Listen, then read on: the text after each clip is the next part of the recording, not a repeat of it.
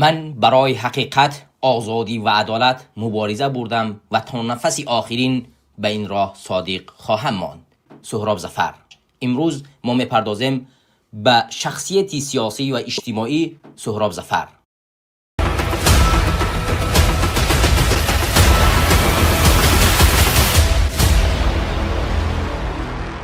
سهراب ظفر 24 نوامبر سال 1978 در جمهوری تاجیکستان تولد شده است.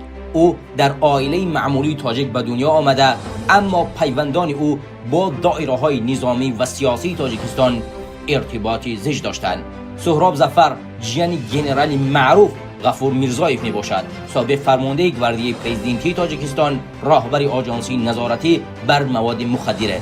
غفور میرزایف پس از انجام جنگ شهروندی در تاجیکستان نفوذ زیاد در حکومت امامعلی رحمانوف داشت، اما سال 2004 میرزایف بازداشت شده. در سال 2006 به عیب خیانت به دولت، تلاش برای غصب حاکمیت و فسادکاری به حبس ابد محکوم گردید. حبس میرزایف به زندگی و جهان بینی سهراب تأثیر عمیق گذاشت. او به سیاست و فعالیت مخالفین توجه ظاهر کرد و نسبت سیاست رژیم امامعلی رحمانوف موقع تنقیدی گرفت. هنگام کار و تحصیل سهراب ظفر بیشتر به محیط سیاسی و فعالان مخالفان آشنا گردید. فعالیت سیاسی و آشکار سهراب ظفر از سال 2014 آغاز می شود. در این دوره عمرعلی قوتوف، پایه‌گذار حرکت سیاسی گروه 24 در میان مهاجران تاجیک در روسیه، یک دعوت عمومی برای اتحاد جوانان و شروع مبارزه سیاسی علیه رژیم امامعلی رحمانوف اعلان نمود. این دعوت قوتوف صدای نو و امید برای مهاجران تاجیک بود که فشار و فساد دولت رحمانوف آنها را به تنگ آورده بود. محض از همین زمان لحظه فعالیت سیاسی و آشکار سهراب ظفر شروع گردید. او با جوانان فعال و دیگر راهبران حرکت سیاسی گروه 24 رابطه برقرار کرده و یکی از چهره‌های اساسی این حرکت در روسیه تبدیل یافت. سهراب ظفر در گردی هماهنگی‌ها و اعتراضهای مخالفان در شهرهای گوناگون روسیه از جمله مسکو، سنت پترزبورگ، یکاترینبورگ، نووسیبیرسک و دیگر شهرها اشتراک کرده است. او با نقطه‌های آشکار و موقع تنقیدی خود ضد حکومت امامعلی رحمانوف برآمد می‌کرد. سهراب ظفر در زمان تأسیس سازمان جوانان برای تاجیکستان نقش مهمی بازید. این سازمان را مقصود ابراهیموف راهبری می‌کرد. هدف این سازمان حفظ منفعت‌های مهاجران تاجیک، مبارزه با رژیم رحمان و تأسیس یک جامعه آزاد و دموکراتی در تاجیکستان بود. اما فعالیت این سازمان مورد هدف جدی مقامات تاجیکستان قرار گرفت. سال 2014 حکومت تاجیکستان گروه 24 همچون حرکت افراطگرا اعلان کرد و فعالیت آن را در قلمرو کشور ممنوع کرد که سازمان جوانان نیز در این پرتو ممنوع اعلان کرده شد. پس از ممنوع اعلان شدن حرکت سیاسی گروه 24 و سازمان جوانان برای احیای تاجیکستان، مقامات تاجیکستان با واسطه اینترپول و خدمات امنیتی روسیه به تعقیب فعالان این حرکت شروع کردند. در نوامبر سال 2014 به مقصود ابراهیموف در مسکو حمله صورت گرفت که در نتیجه او جراحت برداشت. در ینوری 2015 باشد او را بازداشت کردند و پس از آن به تاجیکستان برای غیر قانونی استرداد کردند و در تاجیکستان او را به 17 سال زندان محکوم کردند. پس از این حادثه سهراب ظفر قرار می‌کند که روسیه را ترک کند. او به ترکیه می‌کوچد و در آنجا فعالیت‌های سیاسی خود را ادامه می‌دهد. در ترکیه سهراب ظفر زیر فشارها و تعقیب قرار داشت. مقامات تاجیکستان توسط اینترپول بارها تلاش کردند که او را به دوشنبه استرداد کنند، اما مقامات ترکیه این درخواست‌ها را رد کردند. در مارس 2015 راهبر گروه 24 عمرعلی قوتوف در شهر استانبول کشته شد. او را شخصی نامعلوم به تیر تفنگ به قتل رساند.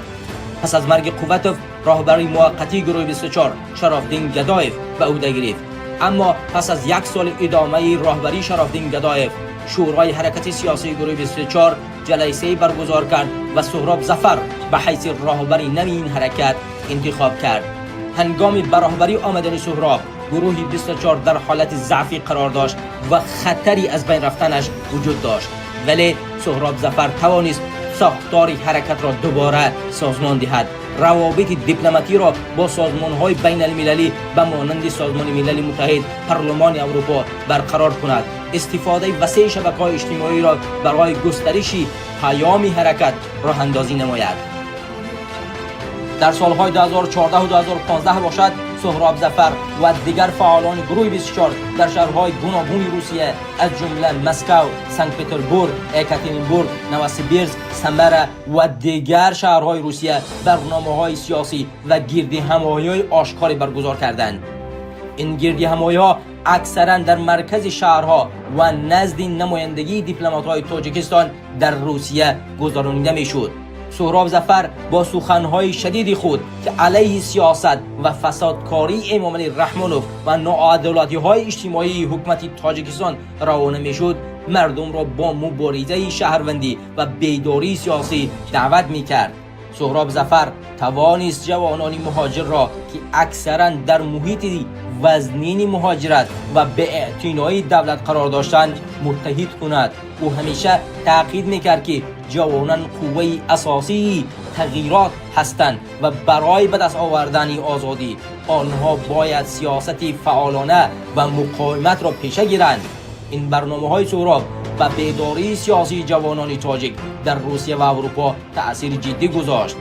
محض همین فعالیت‌ها و بیداری جوانان سبب شد که نه تنها حکومت تاجیکستان بلکه مقامات روسیه و کشورهای دیگر آسیای مرکزی نیز به گروه 24 توجه ظاهر کنند. فشار دیپلماتی از جانب حکومت تاجیکستان باعث شد که مقامات روسیه در موردهای گوناگون و بازداشت‌های اعضا و طرفداران گروه 24 و سازمان جوانان اقدام نمایند.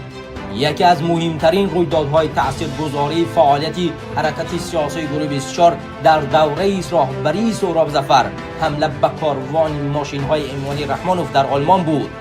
وقتی کاروان ماشین‌های پرزیدنت امامعلی رحمانوف به نزد بنای حکومت آلمان نزدیک می‌شد، یک گروه از جوانان فعال گروه 24 در نزد کاروان قرار گرفتند و با نشان اعتراض به سوی ماشین‌های امامعلی رحمانوف تخم‌های پوسیده را پرتاب کردند.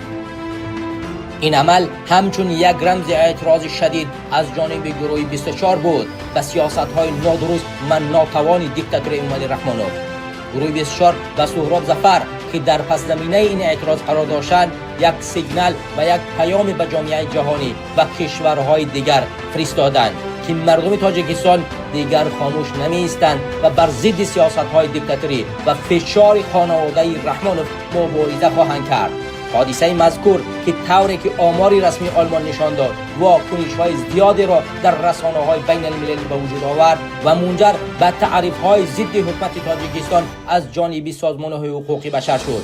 گروه‌های مخالف تاجیک و دیگر سازمان‌های اجتماعی بین المللی سهراب ظفر و اعضایان گروه 24 را برای نقشی مهم در فردای سیاست تاجیکستان که آن را آزادی و دموکراسی می‌خواهند ستایش کردند. به هر حال مقامات تاجیکستان با یاری راهبران دیگر دولت‌ها بخصوص از روسیه و دیگر کشورهای آسیای مرکزی همیشه تلاش می‌کرد که سهراب ظفر و دیگر راهبران مخالفان را مورد تعقیب قرار دهد. در دوره سهراب ظفر حرکت سیاسی گروه 24 همیشه نه تنها با اعتراض و تظاهرات مردمی اعتبار میداد، بلکه کوشش میکرد توسط تهیه برنامه‌های لایحه‌های اجتماعی که احتیاج و منفعت‌های مهاجران و شهروندان آسیب پذیر تاجیکستان را در بر می‌گرفت تأثیر بگذارد. این مبارزه و زیرکی سهراب ظفر باعث گشت که حکومت دیکتاتور امامعلی رحمانوف در پی نابود کردن و زندان کردن او شد. 10 مارس سال 2024 سهراب ظفر در ترکیه غیب زد. پس از چند روز معلوم شد که او را به تاجیکستان برای غیر قانونی بردند. به همگان معلوم بود که حکومت دیکتاتور امامعلی رحمانوف با همکاری با حکومت فسادزده ترکیه بتواند سهراب ظفر و نسیم جان شریپوف را از ترکیه به تاجیکستان دزدیده برد. 17 اکتبر 2024 دادگاه شهر دوشنبه او را در محاکمه پوشیده به 30 سال زندان محکوم کرد. اتهام اعلان شده عبارت بود از تلاش برای سرنگون کردن حاکمیت، افراطگرایی، دستگیری مالیوی، تروریسم و تحریک به آشوب‌های عمومی. سهراب ظفر در معرفه دادگاه خود چنین اظهار داشت که من به ملتم خیانت نکردم، حق هیچ کسی را نخوردم و حزب ما اکستریمیستی و تروریستی نیست. سخنهای آخر سهراب همچون رمز اراده قوی و صداقت به آزادی و عدالت در تاریخ تاجیکستان باقی خواهد ماند. ما هرگز چنین شهروندان تاجیکستان که برای آزادی و آسایشتگی مردم تاجیکستان و بیداری سیاسی و فرهنگی مبارزه بردن فراموش نخواهیم کرد و برای آزادی تاجیکستان مبارزه خواهیم بود. با شما بود عبیدالله سیدی.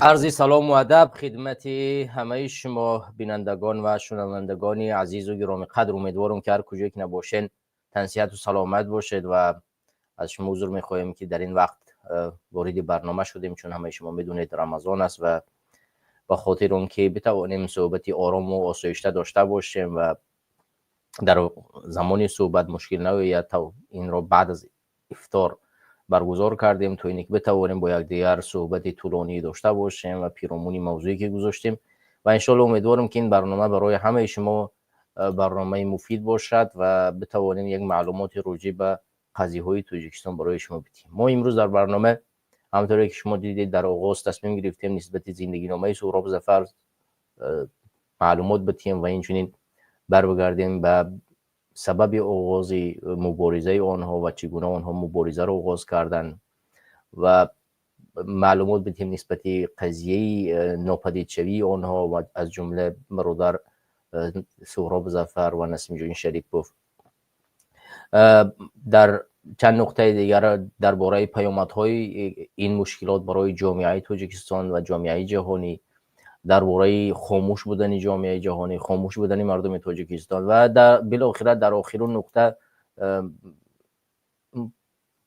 صحبت در مورد آن خواهیم کرد که چی باید کرد و چی پیشنهادهای خواهیم کرد برای مردم، برای جامعه جهانی و علاوه بر این برای خودمان که برای چنین قضیه‌ای که در تاجیکستان رخ می‌دهد چی باید کنیم.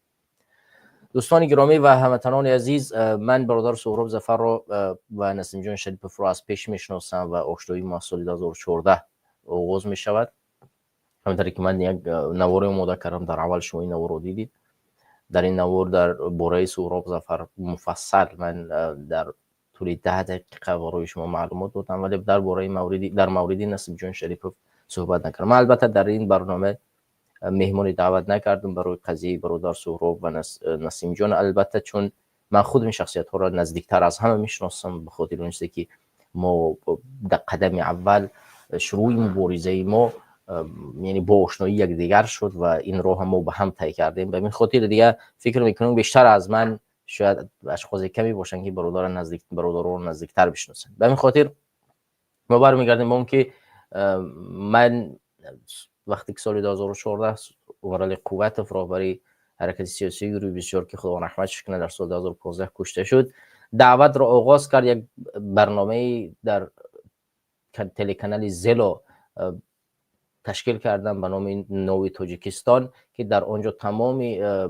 اشخاص را دعوت میکردن توسط ادنا کلاستینگ و دیگه میریوها و وقتی که من اونجا وارد شدم نفر 14 یا 15 بودن و خیلی نفرای کمی بود در اون تلکانال زلو قرار داشت و ما در اینجا شامل شدیم و یک مدت صحبت کردیم و ما موردی توجهی برادر قرار گرفتیم و برای ما یک ادمنستراتوری در اونجا دادن و مدیراتوری اصلی که در اونجا بود دیگر برادر بودن، ولی ما را در اونجا همچون یک مسئول گذاشتن و گفتن که شما از این پس مسئولی تعیین کردن بیشتری مدیراتوری خواهید بود و اینجا بود که ما آشناییمون با بیشتری برادرها در اینجا شروع شد. و البته بعد از یک مدت برادر سهراب ظفر و نسیم جان شریفوف به این تلکانال زلو پیوست شدن و در اینجا ما صحبت میکردیم. بالاخره یک روز برادر نورالدین رضایی در همین تلکانال زلو دعوت میکند برای ملاقات و ما در ملاقات اول در شهر مسکو در مسجد پرسپگمیر بعد از نماز جمعه هدف میگذاریم و در اونجا میریم ملاقات میکنیم و یکدیگر رو میبینیم و متاسفانه در این ملاقات برادر سهراب ظفر و نسیم جان شریفوف حضور نیافتند، زیرا در اون زمان برادر ما سهراب ظفر در خارج کشور قرار داشت و نسیم جان شاید مقدم سبب نتوانست بیاد و ملاقات بعدی ما همین گونه در همین مسجد پرسپگمیر انجام شد و بازم برادرها حضور نداشتند و ولی در تلکانال زیلو ما برادر سهراب خیلی کم صحبت میکنه، ولی برادر نسیم جان خیلی فعال بودن، صحبت میکردن و بالاخره در تاریخی اشتباه نکنم نزدیک رمضان سال 2014 بود، ماه ایول، و اینجا بود که برادر ما دعوت کردیم که در همون نزدیک مسجد پرسپگمیر ما همه کسا یعنی جمع میشویم و میایم صحبت میکنیم، میدان تشکیل میکنیم و هر روز نسبتی حکومت دیکتاتوری امالی رحمانوف اعتراضات تشکیل میکنیم و مردم برای آزادی و بیدوری دعوت میکنیم. اینجا بود که ما باید روز عید یعنی در اونجا میرفتیم اشتراک میکردیم، ولی روز عید ما وقتی که اونجا رفتیم بسیار بچه ها وقتی که اومدن ما نتوانستیم در روز عید این نشست رو، این اعتراض رو تشکیل کنیم، زیرا در روز عید بیشتری راه ها بسته شده بود و یک نفر از اون طرف نمیتونست به این طرف یا از این طرف نمیتونست و چندین راه ها بسته شده بودن و با سبب این بسته ها ما نتوانستیم این اعتراض رو تشکیل کنیم که اینجا بود که من آشنایی به برادر سهراب پیدا کردم که برادر سهراب در زیر و بسیار عصبانی قطعی یک حرف زدن و من گفتم که صبور باشید، 3 روز بعد دیگه جمعه هست و ما در روز جمعه این ملاقات رو تشکیل میکنیم و حتما از نزدیک دیگر رو میبینیم و دعوت آغاز میکنیم، زیرا خب دیگر این مشکلات ها به میان اومد و ما نتونستیم این رو در اون جایی که باید و شاید انجام میدادیم انجام شود. خب برادر آرام شدن رفتن و همینطور روزی جمعه و اولین شخصی که مرا با زنگ زدن در همون میدان حاضر شدن برادر سهراب ظفر بودن و اینجا بود که ما با برادر سهراب ظفر و نسیم جان شریف آشنا شدیم و برادر سهراب ظفر در این میدان آمدن و اعتراض ها در نزد مسجد پرسپگمیر در شهر مسکو سال 2014 آغاز شد و برادر سهراب آنجا بود که چهرهش آشکار شد و با یک مبارز و یک سیاستمداری شناخته در شهر مسکو مشهور گردید نزد جوانان مهاجر. نسیم جان شریپوف نیز در همین دوره در همین مسجد پرسپگمیر در ملاقات ها حضور پیدا میکرد و اینجا بود که بعد پیشنهاد شد که ما باید به نزد اداره کرامت شریپوف برویم و در اونجا با اون نفر ملاقات کنیم و از ایشان چی بگیریم، مشورت بگیریم پیرامون هر موضوعی که موجود است. البته اینجا یک چیز باید قید کرد که وقتی که ما با اداره کرامت شریپوف رفتیم، در اداره کرامت شریپوف همیشه نسیم جان شریپوف اولین شخصی بود که در اون اداره ها اشتراک میکرد. شما میتونید ملاقات هایی که در همین اداره کرامت شریپوف در سامانه اکا کرامت هم موجود است شما میتونید ببینید که کرامت شریپوف در یعنی نسیم جان شریپوف در اینجا اشتراک کردن و وقتی که ما ملاقات ها رو در اداره کرامت شریپوف یعنی ما روزهای جمعه اولا میرفتیم نزد مسجد پرسپگمیر دعوت رو میگذروندیم و بعد از دعوت هر جوانی که وقت فرصت داشت و بیشتر میتونست وقتش رو در راه دعوت و در راه پیشبرد جامعه مصرف کند، بعد می اومدیم به اداره کرامت شریپوف و در اینجا ما پیرامون موضوع ها و پیرامون نقشه های آینده صحبت میکردیم و مشورت های حقوقی از کرامت شریپوف میگرفتیم و اینجا بود که کرامت شریپوف پیشنهاد کردن در فدراسیون روسیه باید تشکیلات نوی تشکیل کرده شود، زیرا گروه 24 امکان داره که خطرهایی به میان بیارد و ما در قدم اول این پیشنهاد رو نپذیرفتیم و اومدیم با راهبر حرکت سیاسی گروه 24 اومده قوت مشورت کردیم و ایشون هم این نقطه را بسیار دستگیری کردن و گفتن فکری عالی جناب است و باید که چون این نقشه عملی بگرده و در کوتاه‌ترین فرصت این تشکیلات تشکیل کرده بشود.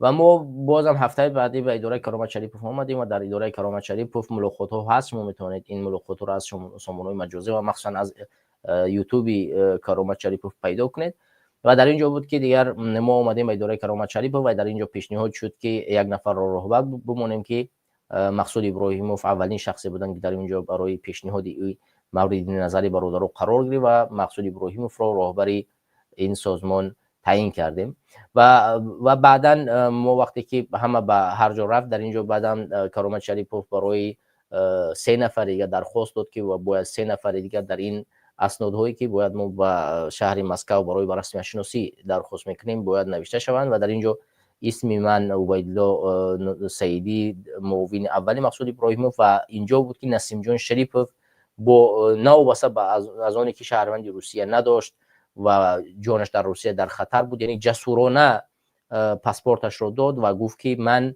آماده ام که معاون دوم نامی من نوشته بشود، در حالی که بیشتری بچه‌هایی که حتی به همون اداره ها می اومدن چهره‌هاش اصلاً آشکار بود، شاید یک ترس هراسی داشتن که نام نسباشو و یا پاسپورتشون در جای داده نشود، ولی نسیم جان شریفوف در اینجا جسورانه پاسپورتش رو نو بس از آن کمتری گفتم شهروندی روسیه نداشت و مشکلات های اسنادی هم داشت، پس پاسپورتش رو داد و گفت که من آماده ام اسمی من در هر جایی باشد به خاطر آزادی و آینده تاجیکستان نوشته بشود و نسیم جان شریفوف معاون دوم مقصود ابراهیموف تعیین گردید و این اسنادها رو ما برای به قیدگیری به نیوس روان کردیم و از اینجا بود که آغاز مبارزه نسیم جان شریفوف به همچون رسمیت در دوشنبه یعنی در مسکو شروع شد و نسیم جان مبارزه خود را در اینجا آغاز کرد و ما همزمان در رادیو کانال زیل و نوی تاجیکستان 2 هر روز برنامه‌های مفصل داشتیم و در اونجا صحبت‌ها و دعوت‌های طولانی میشد و علاوه بر این ما باز هم در تمام ساختمان‌های اطراف مسکو سفر میکردیم و در اینجا دعوت میکردیم. بارها بود که ما با علاهیده رفتیم مردم رو در بازارها در هر جا دستاشون میگرفتیم، تلفناشون از دست میگرفتیم، زیلو رو فرو میوردیم در تلفنشون، اونها رو پیوست میکردیم، میگفتیم برنامه رو گوش کنید و عاقبت شما به راه راست و بیداری میرسید و این دعوت واقعا اوج خیلی بزرگی گرفت که از دیگر شهرها و ناحیه‌های روسیه دعوت شد که باید جوانان فعال بیاد در اینجا اشتراک کنند و این بود که از جانب رهبریت تصمیم گرفته شد که به تمام شهرهای فدراسیون روسیه سفر کرده شود و در اونجا برنامه‌های اعتراضی گذرانیده شود و برادر سهراب ظفر با مقصود ابراهیموف، محمد صابر عبدالقهار، عبدالرحیم واسع و دههای دیگر در اینجا بود که شروع کردن به مسافرت یعنی سفر کردن به شهرهای گوناگون روسیه از جمله نوسیبیرسک که از شهرهای بزرگی فدراسیون روسیه است. در اونجا یک تظاهرات خیلی بزرگ گذراندن. در اکاترینبورگ هم یک تظاهرات خیلی واقعا بزرگ گذرانده شد. در سمر، در چندین شهرهای دیگر همین گونه تظاهرات‌های گسترده انجام داده شد و اینجا بود که توجه حکومت دیکتاتوری امالی رحمانو بالای مخالفان خیلی زیاد گردید و من مخصوصا حرکت سیاسی گروه و جوانان سازمان جوانان برای تاجیکستان و دیگر اونقدر این تهدیدها زیاد شد که علاقه به خانواده ما در تاجیکستان تهدیدها شروع شد. از جمله من خانواده‌ام از همون زمانی که یعنی بچه‌ها بعد از سفر بودن، بعد از سفر گشتن آمدن، اولین شخصی که در خانه‌شان رفتن خانه ما بود و بعداً دیگر بچه‌هایی بود که خانه‌هاشو شروع کردن، چون اولین کسی که از همین حرکت‌ها چهره خودش رو در تصویر نشان داد این من بودم. یعنی اولین کسی که اداره کرامت شریفوف رفت من بودم با برادر احسان اودینه و ابوذر خوجه‌زاده. ما 3 نفر در اداره کرامت شریفوف در شهر مسکو اولین اشخاصی بودیم که از همین تلکانال زیلو و شروع برنامه در اونجا اشتراک کردیم و بالاخره این تهدیدها اونقدر زیاد شد و علاوه بر این رهبر حرکت سیاسی گروه 24 عمرعلی قوتوف اعلان تظاهرات را در تاجیکستان یعنی 10 اکتبر را اعلان کرد و همین جانب دیگر تلکانال زیلو دعوت خیلی بیشتر شد، مردم بیشتر به ما پیوستند، زیرا وقتی که از این تظاهرات در تاجیکستان اعلان کرده شد واقعا دیگر مردم خیلی زیاد داخل میشدن و برادرها در دعوت خیلی استوار بودن. اما متاسفانه پیش از 10 اکتبر علیه دستگیر کردن فعالان حرکت سیاسی گروه 24 و سازمان جوانان در شهر مسکو آغاز گردید. اولین شخصی که در اینجا دستگیر کرده شد عبدالرحیم واسع بود. عبدالرحیم واسع که برادرش عبدالخلیل واسع در این حال در درخشان تیوی مبارزه میبرد، برادر ما در شهر مسکو دستگیر کرده شد و اینجا ما با وکیلی خود که اون زمان وکیلی ما نیکلای نیکلایویچ بود و مقصود ابراهیموف رهبر سازمان جوانان، من به ایشان زنگ زدم گفتم که اینجا یعنی شروع شد دستگیر کردن و او گفت که نیکلایف زنگ زد. نیکلایف براش گفت که این یک انسان حکومت تاجیکستان است و برای تازه کردن مابین شما این این انسان رو دستگیر میکنیم و مابین شما رو توضیح میکنیم. ولی من مقصودی برای گفتم که این اشتباهی خیلی بزرگ است و ما باید اگر هر کسی که امروز باشد خودمون استفاده میکنیم و نیاز به دستگیری و فروختن کسی نیست و باید فورا رو آزاد کنن اگر این کار انجام داده نشود و همین گونه یعنی دستگیر کردن آغاز میشه و تمام بچه‌ها رو میبردونه. اما به این حرفا اونها گوش ندادن، چون هدف اونها فقط نابود ساختن همین مبارزان بود. زیرا اگر فعالانی و پیشرفانی این راه رو دستگیر میکردن این ترتیب خطی میتوانستن سر راه مبارزه رو بگیرن. به همین ترتیب دیگه آغاز کرده شد. تمامی برادران زیاده از 10 تا 20 آدم الکی در شهر مسکو بعد از 10 اکتبر که در تاجیکستان گروه بسیار ممنوع اعلام کردن و این تظاهرات برگزار نشد آغاز شد و بالاخره در ماه نوامبر سال 2014 به جان مقصود ابراهیموف رهبر سازمان جوانان برای تاجیکستان حمله صورت گرفت و در سال 2015 بازم او را در شهر مسکو دزدیدن به تاجیکستان بردن و این باعث گشت که برادر ما سهراب ظفر و نسیم جان شریپوف تصمیم بگیرند که فدراسیون روسیه را ترک کنند و هر دو آنها به کشور ترکیه سفر کردند. سهراب ظفر و نسیم جان شریپوف به ترکیه سفر کردند و در ترکیه زندگی خود را آغاز کردند و این چنین فعالیت سیاسی خود را آغاز کردند. سهراب ظفر بعد از سفر به ترکیه بار اول با رهبر حرکت سیاسی گروه 24 امرال قواتوف از جانب پلیس ترکیه دستگیر کرده شد با درخواست تاجیکستان و بعد از یک مدت یعنی بعد از چند مدت در ماه مارت الکی از زندان آزاد کرده شدند و اونها مارت سال 2015 بعد از آزاد شدن سهراب ظفر با رهبر حرکت سیاسی گروه 24 بازم تظاهرات ها و مبارزه ادامه داشت و بالاخره در ماه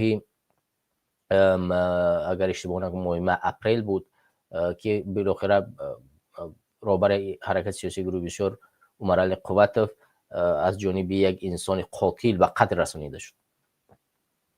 وقتی امرال قواتوف به قتل رسانیده شد خداوند رحمتش کنه حرکت سیاسی گروه 24 در یک وضعیت خیلی سنگین قرار داشت و نه تنها یک نفر دو نفر بلکه بیشتر انسان ها در این فکر بودن که دیگر حرکت سیاسی گروه 24 از بین میره و زیرا پراکندگی واقعا خیلی عمیق بود و بچه‌ها به تجربه بودن و با یعنی ما یک شورای تشکیل کردیم و در اون شورا صحبت ها را ادامه دادیم و بالاخره برادر سهراب ظفر اون زمان در زندان بودن چون همین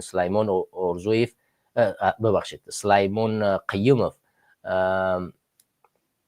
در اینجا یک با مشکلات یعنی برادر سهراب گرفتار کرد و او در دادگاه گفت که برادر ما سهراب ظفر گویا که در سوی قصد دست دارد و وقتی که برادر سهراب در زندان قرار داشت ما شورا را تشکیل کردیم و در این شورا با انتخاب اکثری آوازها شرافدین گدایف را رهبر گروه 24 انتخاب کردیم و صابر ولیف را جانشین او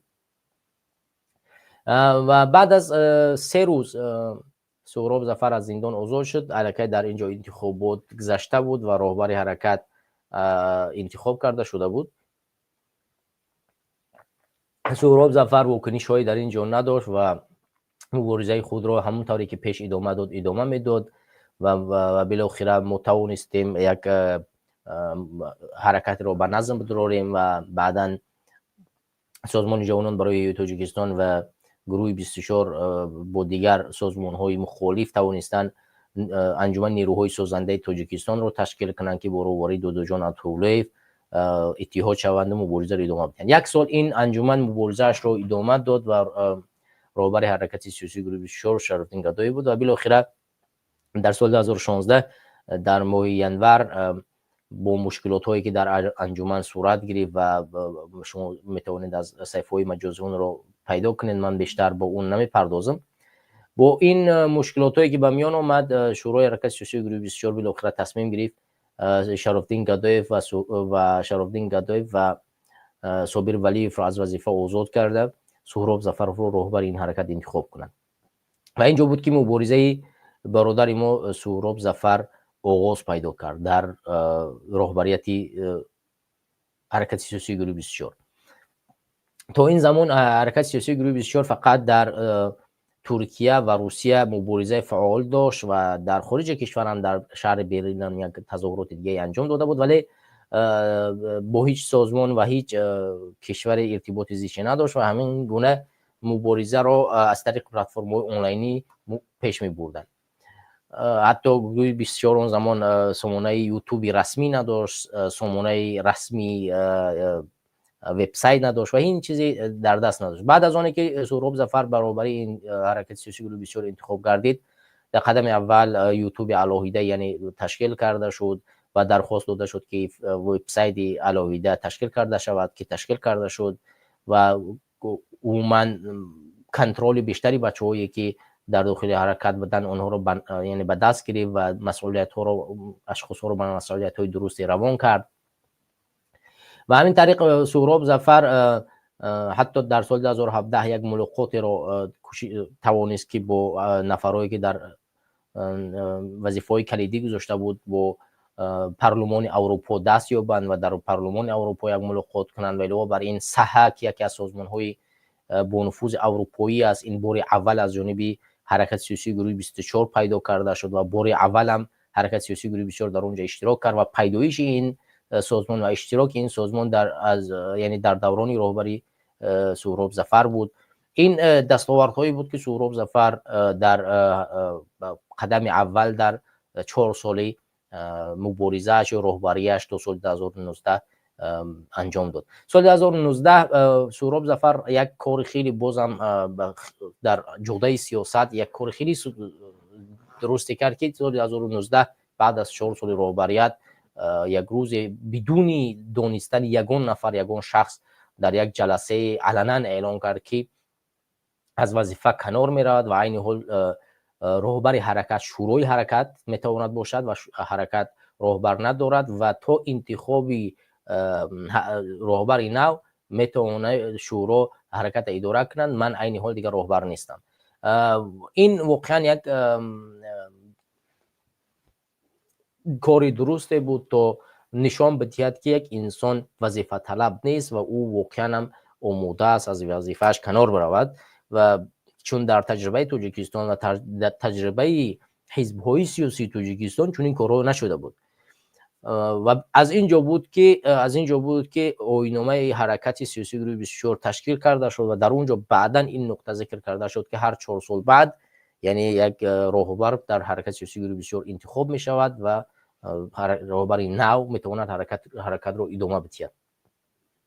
خب بالاخره انتخابات در حرکت سیاسی گروه 24 تشکیل کرده شد که در انتخابات بسیار هم در اونجا یک انتخابات گرم بود. در اونجا بیشترین آوازها در بین برادر نورالدین رضایی و برادر سهراب چه شدن که خیلی بین یکدیگر، یعنی برادر سهراب 50 چند و برادر نورالدین رضایی 40 چند، یعنی تقریبا بسیار یک انتخابات خوبه و گرم در اینجا گذرانده شد و برادر سهراب ظفر بار دوم در حرکت سیاسی گروه 24 و حیث رهبر انتخاب کرده شد. برادر سهراب ظفر در دوران رهبری دومش یعنی بسیار برنامه‌های خوبی رو طرحریزی کرد، از جمله استقبال گرم رحمانوف که در شهر مسکو در نزد کرمل انجام داده شد، استقبال گرم رحمانوف در شویتزاریا، استقبال گرم رحمانوف در گرمانیا، استقبال گرم رحمانوف در ایتالیا. همه این کارها با طرحریزی برادر سهراب ظفر یعنی پیشنهاد او انجام داده شد. و شما ببینید که رحمانوف وقتی که به کشور آلمان با سران کشورهای آسیای مرکزی شوکت میرزویف، پرزیدنت قرقیزستان صابر جباروف، پرزیدنت قزاقستان توقیف و دیگر پرزیدنت، تقریبا 5 پرزیدنتی که با هم به امریکا رفتن، به چند کشور رفتن و بالاخره اونها سفر داشتن به آلمان و اینجا حرکت سیاسی گروه 24 و مخصوصا برادر سهراب ظفر یک برنامه و یک نقشه‌ای را کشید و در اینجا رفت طرحریزی کرد که چگونه رحمانوف را یک ملاقات بکند که آبروش در جهان از بین برود و مردم تاجیک نشان بدهند که مردم تاجیکستان در خاموشی نمیمانند و هیچ وقت این ظلم و ستم امالی رحمانوف را نمیپذیرند. اینجا بود که نقشه تخم زدن و یا اینکه از همون تخمایی که بو میگیرن و در داخلش رنگ‌های گوناگونی که میزنی، از اینجا بود که این آغاز پیدا کرد و برادرها در کمین نشسته بودن وقتی که رحمانوف از هتل میبروید. ولو بیشتری چیزها در نوار نیست، عین حال میشه در اینجا اینها رو ذکر کرد. وقتی که بچه‌ها نقل میکنن که بچه‌ها خیلی کوشش کردن که رحمانوف رو در همون مهمانخانه‌ای که بود در اونجا در داخل شدن یا در بیرون برمدن دستگیر کنن و اون تخم‌ها رو به سرش بزنند که دیگر اومدن پلیس اومد این بچه‌ها رو دستگیر کرد و بچه‌ها که در آلمان خیلی زیادن با گروه‌های گوناگون جدا شده بودن دستگیر کردنش خیلی سخت بود. و در همین جا یوسف جان میرزایف اگر فهمیدش درست گفته باشم عباس است، مشهور است به این نام در آلمان، او کوشش میکند رحمانوف را از در قفای مهمانخانه، این رحمانوف از در پیش مهمانخانه نمیبراید، از در قفای مهمانخانه براید. وقتی که از در قفای مهمانخانه میبراید اون میدود در بالای ماشین تقریبا میپرتوید که بگیرنش، از سر راه میگذرد. اینجا بود که بچه‌ها میدونن که برای ملاقات به فلان جا میروند و اینجا بود که بچه‌های دیگر در کمین منتظر میشوند و عباس اینا برای مینبر میدروند در همون راهی که باید رحمانو بگذره، به همون راه میروند در نزد همون بینای حکومت، یعنی پیش از بینا می ایستند و اینجا بود که توانستند در ماشین رحمانوف چندین تخم‌های تیر بیندازند و این تخم‌ها واقعا در این ماشین رحمانوف خورده بود و وقتی که رحمانوف با ملاقات میرود به نزد سروزیر آلمان، درهای ماشین اون دیده میشید که همون تخم‌های زده شده تا حالی هم اوباش هستند و پی اون تخم‌ها هست. حتی سامانه‌های تاجیکستان، سامانه‌های حکومتی خاور، پایگاه خبری خاور، وقتی که از همین ملاقات نشر میکنند عکس‌ها، همون عکسایی که تخم زده که در امامعلی رحمانوف هست و امامعلی رحمانوف در عصبانی و همون جا یعنی دم میویه، همونا رو هم حتی نشر کرد که و بعدا اینها را او دلید کرد، از بین برد. ولی به هر صورت اینجا بود که جهان یعنی با این دیکتاتور آشنا شد و این کاری حرکت شوشی 24 کاری که برادر سهراب ظفر تحریزی کرده شد در تمام جا پخش شد، در رسانه‌های جهانی به حد زیاد نشر کرده شد، از جمله در رسانه‌های آمریکایی، در رسانه‌های انگلیسی، اروپایی، در رسانه‌های آسیای مرکزی خیلی زیاد. حتی کشورهای همسایه ما ازبکستان، قرقیزستان، افغانستان و این کشورها هم این که هیچ وقت اخبارهای تاجیکستان از زیاد نشر نمی‌کنند و در این مورد نشر کردند. این بسیار یک کار عمیقی بود که برادر سهراب ظفر این کار انجام داد. بعد از اینه که این کار انجام داده شد، یک پروتکل از جانب حکومت دیکتاتوری امامعلی رحمانوف، از جمله از جانب خود امامعلی رحمانوف تحریزی شد و نوشته شد که باید در کوتاه‌ترین فرصت گروه 24 کاملا از بین برده شود و هر کسی که این برنامه را تحریزی کرده است اون ناپدید کرده شود.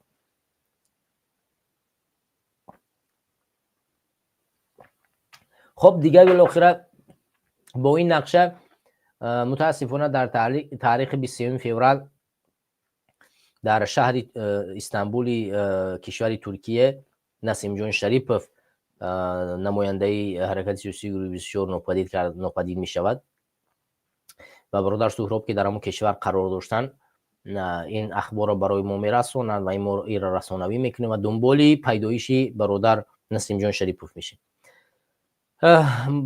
نسیم جان شریپوف هیچ معلوماتی برای ما نگذاشته بود، یعنی وقتی که از خانه بیرون می شود کاملا به سمت تراموای می رود و از تراموای پیاده می فرد، بین دو دام نابود می شود. اینجا برادر سهراب برای پیدایش او خیلی تلاش کردن، به اداره های پلیس، به جاهایی که کامیراها رو باید نگاه کرده میشن، به همه جاها گشتن ولی هیچ معلوماتی پیدا نکردن.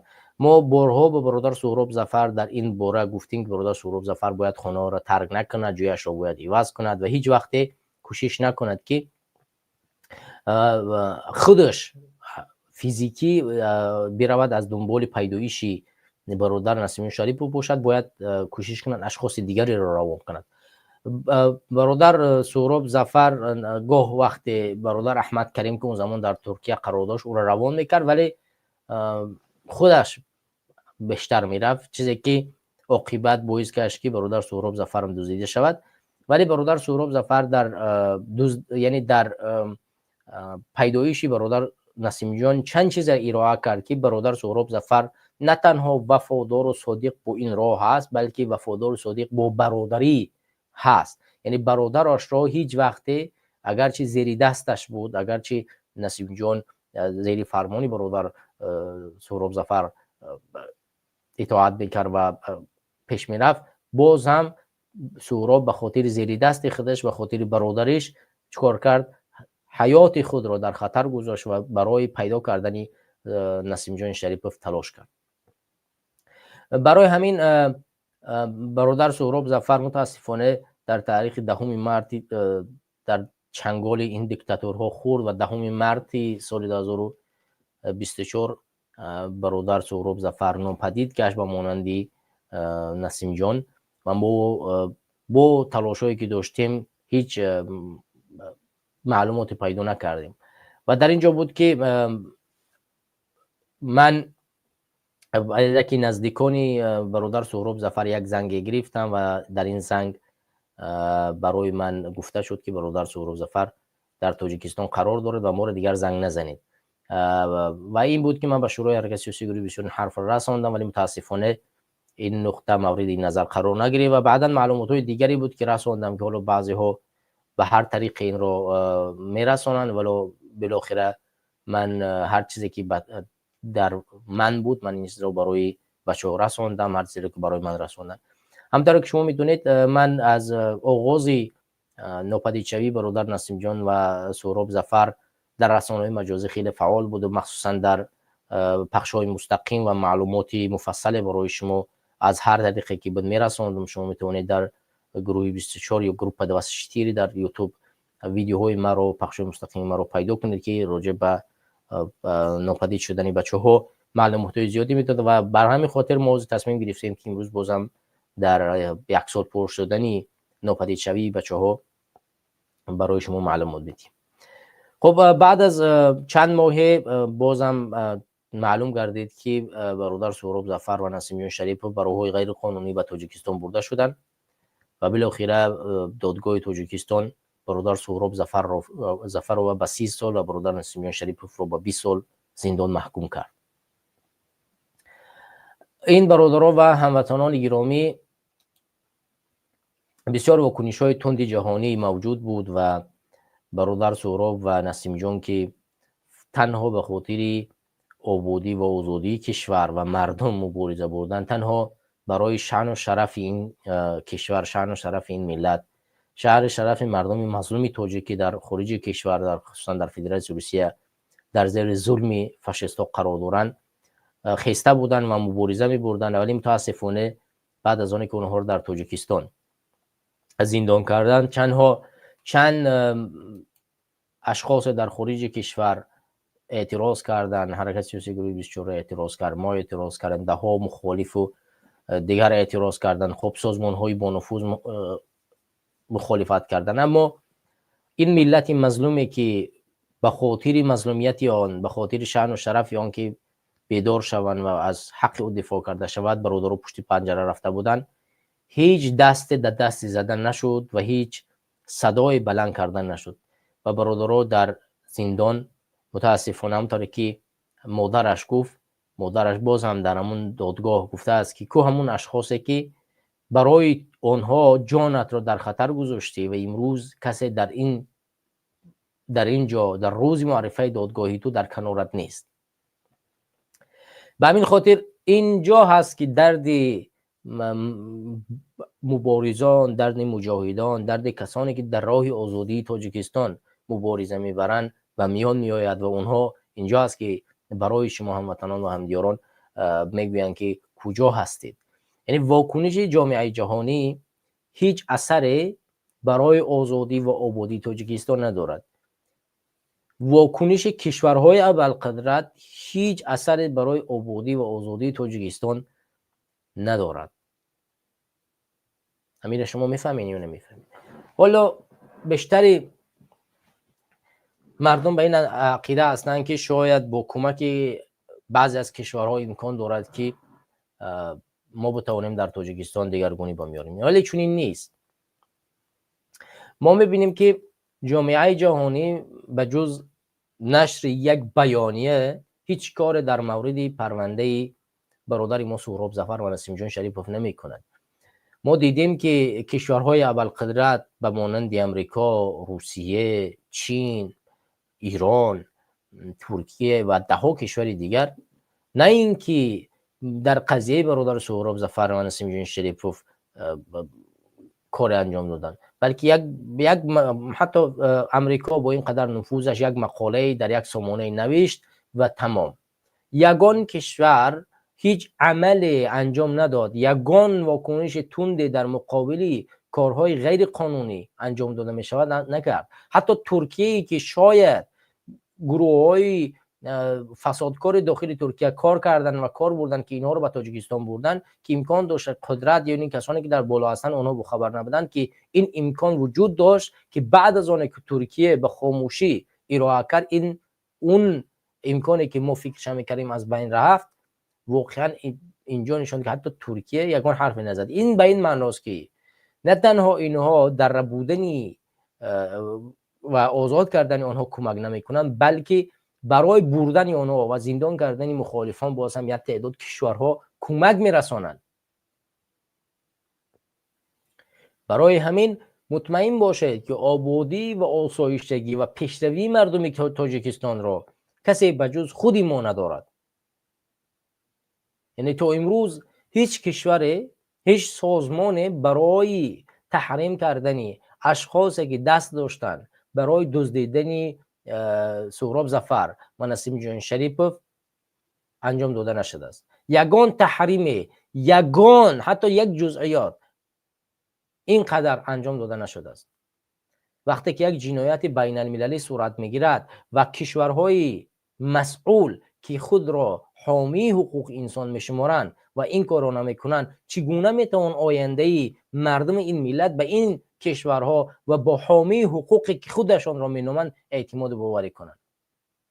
این خاموشی را تا کی ادامه میدهند و تا کی اینها این کار انجام میدهند ما نمیدونیم.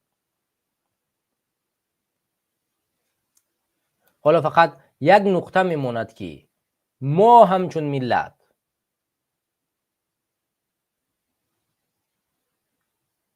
برای این کاری که انجام داده شد چی کنیم؟ پیامدهای همین مشکلاتی که صورت گرفت برای جامعه تاجیکستان چی است؟ جامعه تاجیکستان وقتی که با نفوذترین اشخاصش را، کسانی که در راه مبارزه سر و تن و جان و مال را همه خود را از دست دادن و امروز پشت پنجره رفتن، چی پیامدهایی داره؟ جامعه تاجیکستان چیکار باید کند؟ به همین خاموشی که ما سالها داشتیم، بدانید که ما ملت را خود به دست خود کشتیم. یعنی در قضیه برادر سهراب ظفر و نسیم جان شریفوف و ده‌ها زندانی سیاسی که به خاطر این ملت، این سرزمین، این کشور سالها مبارزه بردن، جان فدایی کردن، جان خود را، مال خود را، تمام وجود خود را بخشیدن تا اینه که ما و تو، کشور ما و شما آزاد باشد. ولی امروز ما نمیخیزیم یک صدای باشیم برای دفاع اونها. مطمئن باشید که ما خودمان خیانت کردیم و ظلم کردیم به همین ملت، به همین کشور، به همین وطن و به همین مادر.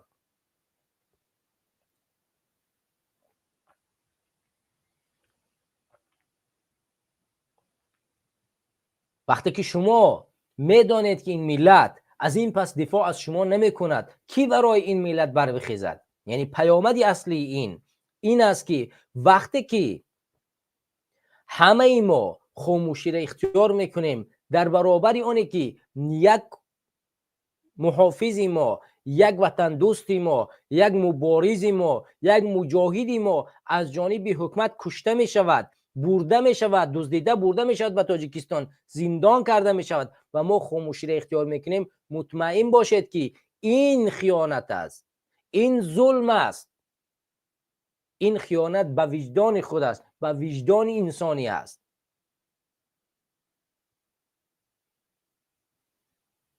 و همه ما را مطمئن باشید که آیسته آیسته میبرن، از بین نابود میسازن. و وقتی که ماها را بردن از بین نابود ساختن، کی برای شما میخیزد؟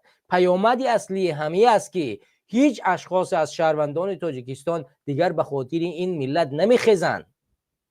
اگر همین گونه ادامه پیدا کند و وجدانهای بیداری که امروز صدا را میشنوند و خاموشی را اختیار میکنند، مطمئن باشید که هیچ انسان در آینده مدافع شما نخواهد بود. شاید در آینده کشور شما می شود جزء نمیفهمم چین یا جزء افغانستان یا جزء نمیدونم روسیه، جزء یک کشور دیگر و شما در همون حالت پستی و ذلت قرار خواهید گرفت. این یک ننگ و یک شرم برای همه ما مردمی مسلمان تاجیکستان باید باشد. حالا ما می توانیم برای آزادی و آبادی تاجیکستان و زندانی‌های سیاسی کارهای جدی رو انجام بدهیم. در قدم اول ما می توانیم با مبارزان پیوست شویم. مهم اون نیست که شما بیاید چهره خود را آشکار کنید. شما امروز در داخل تاجیکستان قرار دارید، بیایید با ما بپیوندید. در داخل تاجیکستان معلومات‌های زیادی است که شما می توانید راهین کنید. مبلغ‌های می توانید برای به سمت این مبارزا برای همون کارهای درست. من نمیگم که شما بیایید به یک مبارز را برای نوار کردنش که در اینترنت من معلومات برای شما میتیم برای ما پول بدید. نه، این کار اشتباه است. تنها به خاطر اونه که تو در تاجیکستان میتوانی یک کاری را انجام بدی که تاجیکستان آباد و آزاد شود. بیا ما برای شما مبلغ گذاری میکنم. تو میتوانی یک ظالمی که امروز به مردم ظلم میکند او را لطوکوب کنی. یک ظالمی که امروز دست دارد وقتی حکومت‌های ابوالقدرت، وقتی حکومت‌هایی که خودشون به اسم حامی حقوق گذاشتن نمیتوانند یک انسان رو تحریم بکنن، شما بیاید این را جزا بدهید. همین کسی که دست دراز میکند به ناموس ملت و فرزندان جسور این ملت را دستگیر میکند، زندان میکند، قتل میکند، باید به جزا کشیده شود. از جانب کی به جزا کشیده شود؟ از جانب همین ملت. شما مبلغ گذاری کنین به اشخاصی که این برنامه رو تحریزی میکنن تا اینه که ما بتوانیم قدم به قدم با این حکومت ترس و هراس را وارد کنیم و بعداً چیکار کنیم؟ یک انقلابی را با میان بیاریم. امروز سرمایه گذاری ما فرار کرده است. نمیآید یک مبلغ سرمایه گذاری کند که بشود در تاجیکستان. نقشه ای را پیشنهاد کرد که اون نقشه چیکار کند؟ مردم تاجیکستان را جلب کند، امید ببخشد و آنها به این راه مبارزه بپیوندند و ترس و هراس را از حکومت دیکتاتوری امامی رحمانوف دور کنند.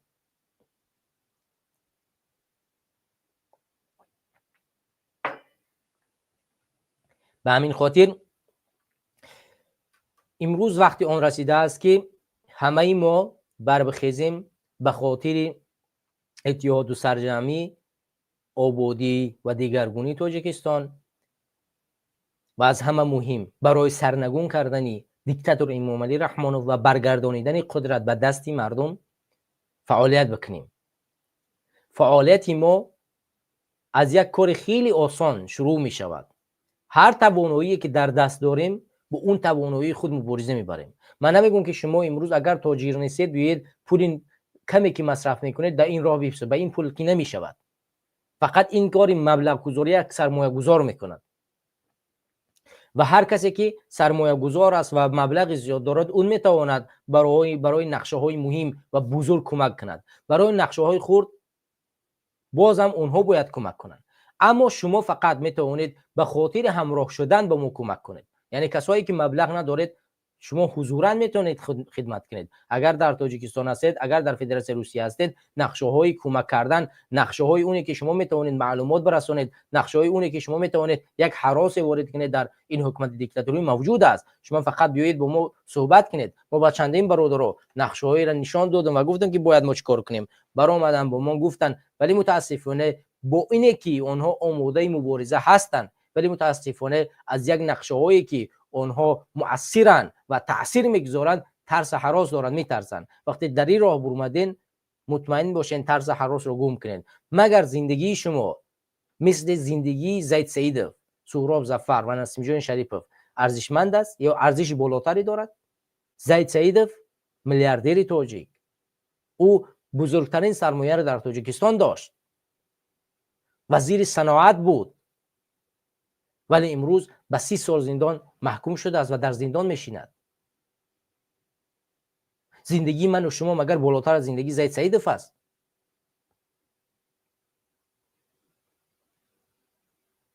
هزارها را می شود نام برد. دلیر امام علی روزنامه‌نگاری که به خاطر خانواده مظلوم تاجیک خانه به خانه میگشت و میرفت مظلومیت آنها را به جامعه جهانی نشان میداد و از حقوق تمام مردم در تاجیکستان دفاع میکرد، امروز در زندان است. مگر زندگی ما ارزشمندتر از اوناست؟ مگر همین اشخاصی که دلیر امام علی رفت از زندگی آنها، از حقوق آنها دفاع کرد، آنها برخواستن از خواب؟ امروز به کسی کمک رساندن؟ امروز به خانواده امام علی دلیر امام علی کمک کردن؟ امروز خواستن از خواب بگن که دلیر امام علی برای چه زندان شده؟ سوالی کردن از حکومت؟ پرسیدن؟ حالا میگوین که عمر علی قوتوف به خاطر تجارتش که تجارتش را گرفتن به مبارزه برخاست. زید سیدف خب به خاطر که اون وزیر سابق و فلان بود. دلیل امام علی تنها به خاطر اونه که حرف حق را رسان، از خانه مظلوم تاجیک دفاع کرد، رفت زندان شد. چرا در اینجا مردم برنخواست؟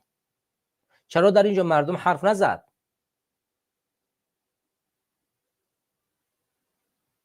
پس معلوم می شود که دیگر در جامعه تاجیکستان منتظر آن چیزی نباشید که کسی برای شما دیگرگونی میارد یا برای این ملت، این کشور برمیخیزد و میخیزد مبارزه میبرد و جان خود را در خطر میگذارد. مطمئن باشید که مردم دیگه به این راه نمیبراین. وقتی که ما و شما چیکار نمیکنیم، وجدان بیداری که داریم به این راه کمک نمیرسانیم، امیدها را بیشتر نمیکنیم. وقتی که ما خاموشی را اختیار میکنیم، از بین میرویم. مطمئن باشید که مردم تاجیک و اون کسانی که در داخل وطن منتظر هستند، اونها را به خاموشی یا اون رفتن میگیرند و هیچ ملتی در آینده بر نمیخیزد و ما و شما را کمک نمیکند. خب دوستان، برادر عبدالخلیل وصیف پیوست شدند. برادر عبدالخلیل بفرما، اگر نمیدونم پیوست کرده توانید. بله. سلام علیکم برادر. درست قید کردی که مردم ما باید که نفرایی که امروز هستن میبروین درد مردم میگن، باید با مردم باشن. متاسفانه امروز میبینیم که وقت جدا میکنن مردم، مخالفین میخوان که با مردم صحبت بکنن، کاری بکنیم که از این رژیم خلاصی بیاویم. متاسفانه مردم نمیدونم که وقتا مناسب نیستن که نمیبروین، مردم صحبت نمیکنن. پیشتر چخیل بود که مردم تا 10 15 16 هزار آدم ها مخالفین تماشا میکرد.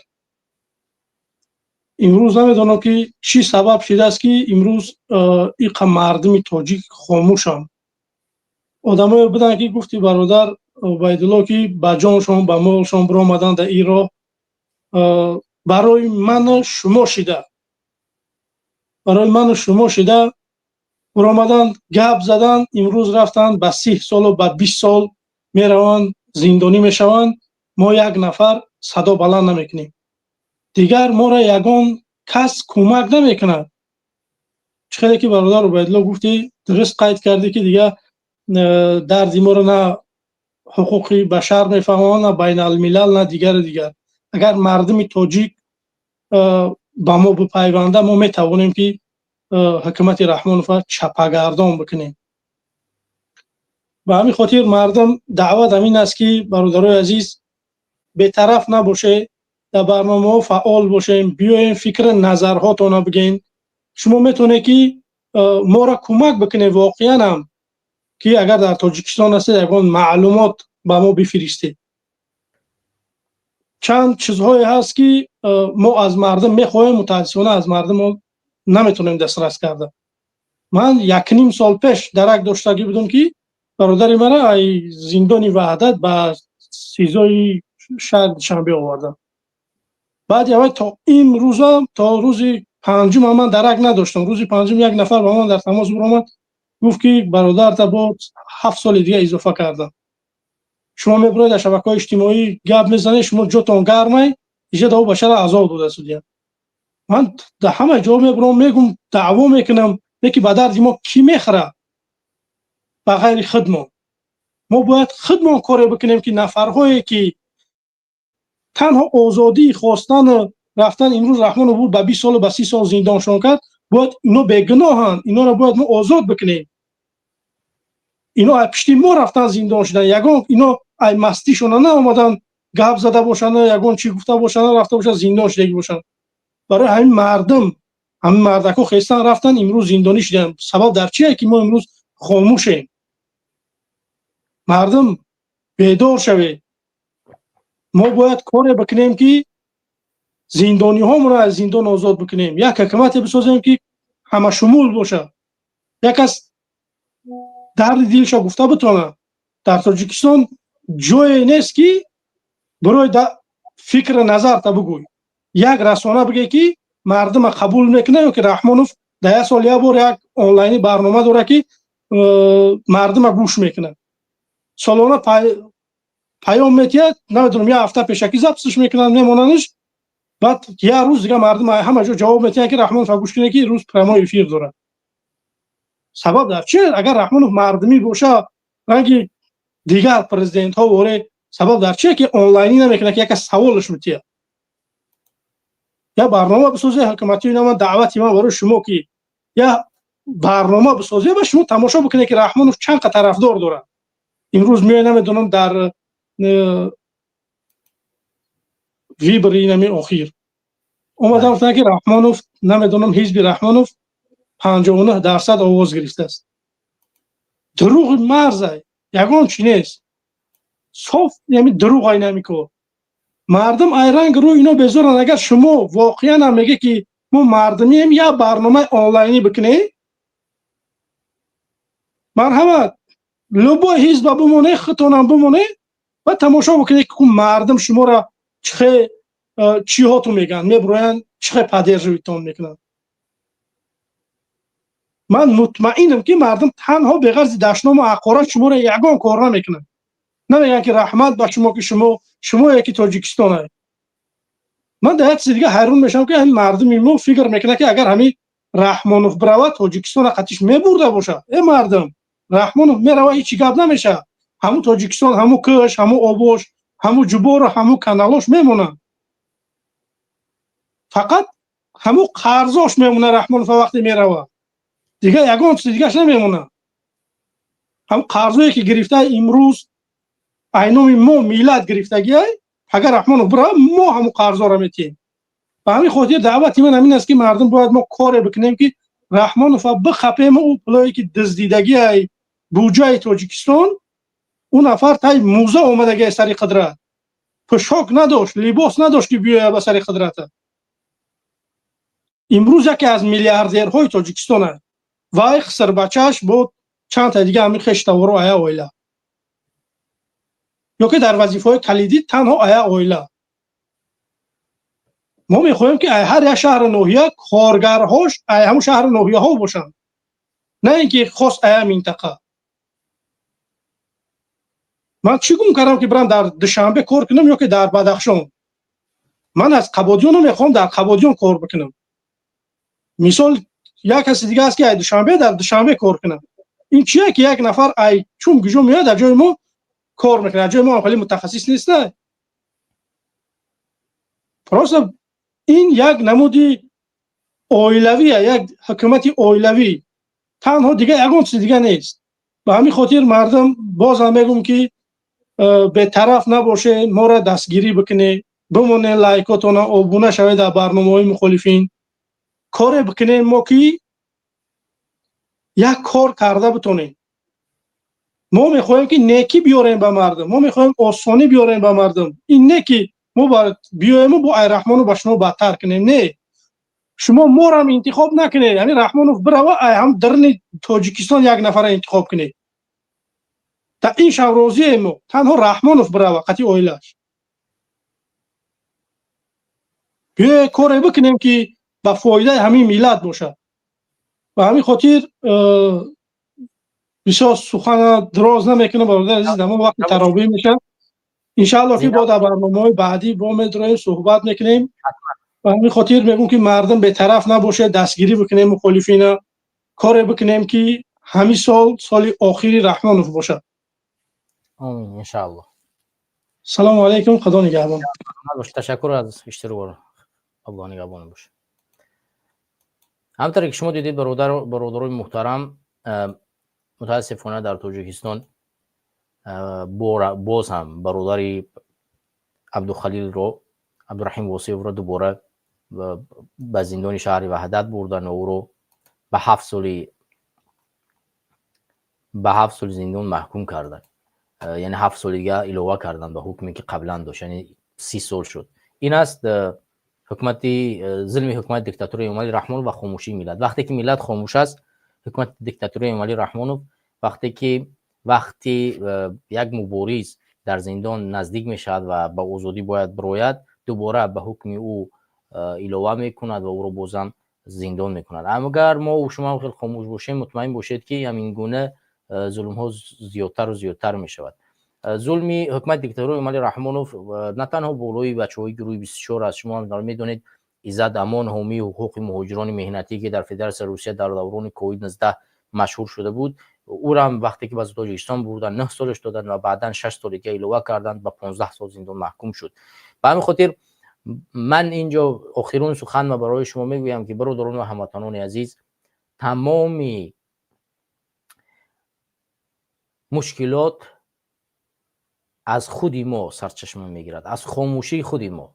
و اگر ملت و مردم به ایمان و خدا و وعده الهی باور داشته باشند، باید مطمئن باشند که حتما در تاجیکستان انقلاب صورت میگیرد و اون روز به دست اشخاص صورت میگیرد که پروردگار آنها را انتخاب کرده است. و بیایید ما همون اشخاصی باشیم که پروردگار به دست ما این ظالم را نابود بسازد.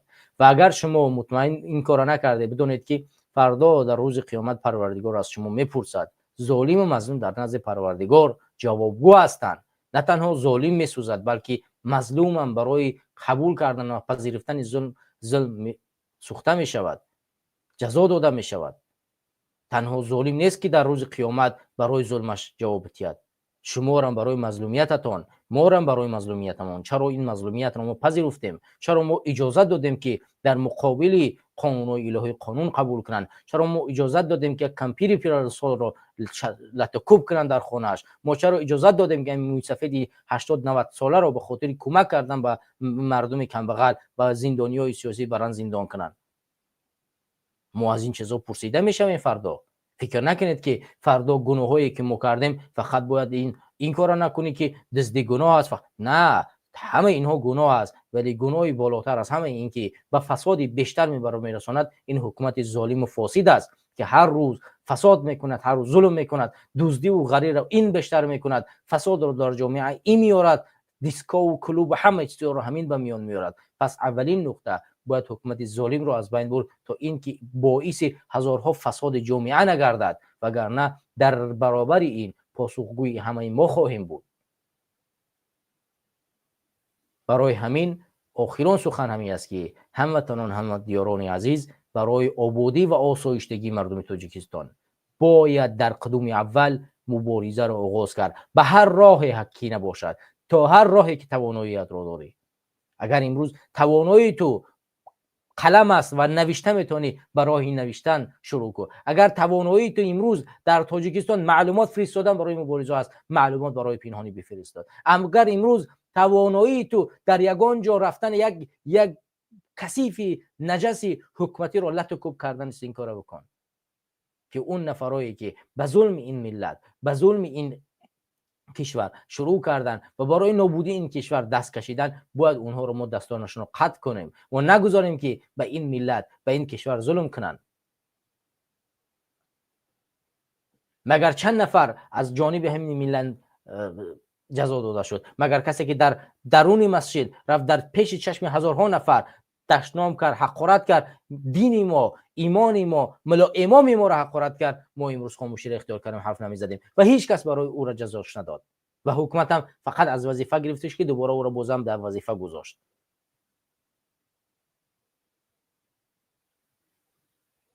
پس ما چگونه منتظر و چگونه انتظاری داشته باشیم، چگونه امید داشته باشیم؟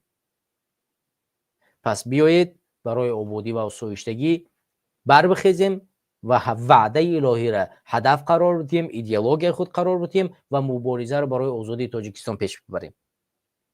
و مطمئن باشید که وعده الهی عملی خواهد شد و فقط ما و شما باید عملی کننده این وعده باشیم. دوستان این بود یک نوع ویدیوی کوتاه بخش مستقیم راجع به یک سالگی ناپدید شوی برادر سهراب ظفر و نسیم جان شریپوف که در 10 مارس سال 2024 برادر ما سهراب ظفر از کشور ترکیه ناپدید شد و برادر نسیم جان شریپوف 23 فوریه و وابسته به ناپدید شوی این دو برادر من خواستم امروز یک ویدیوی کوتاه و بخش مستقیمی داشته باشم و صحبتی انجام داده باشیم، زیرا سازمان جوانان برای تاجیکستان زیر فرمانی برادر ما سهراب ظفر از سال 2017 تو این جانب، یعنی تا وقتی ناپدید شویش وجود داشت، یعنی مبارزه می‌برد. من زیر فرمانی برادر سهراب ظفر مبارزه خیلی زیادی بردم و علاوه بر این مبارزه من که در حرکت سیاسی گروهی بسیار آغاز پیدا کرد، از آغاز پیدایش این مبارزه برادر ما سهراب ظفر که ما آشناییمون در اینجا قصه کردیم، آشنا بودیم و با هم دوست و نزدیک مبارزه رو با هم ادامه دادیم.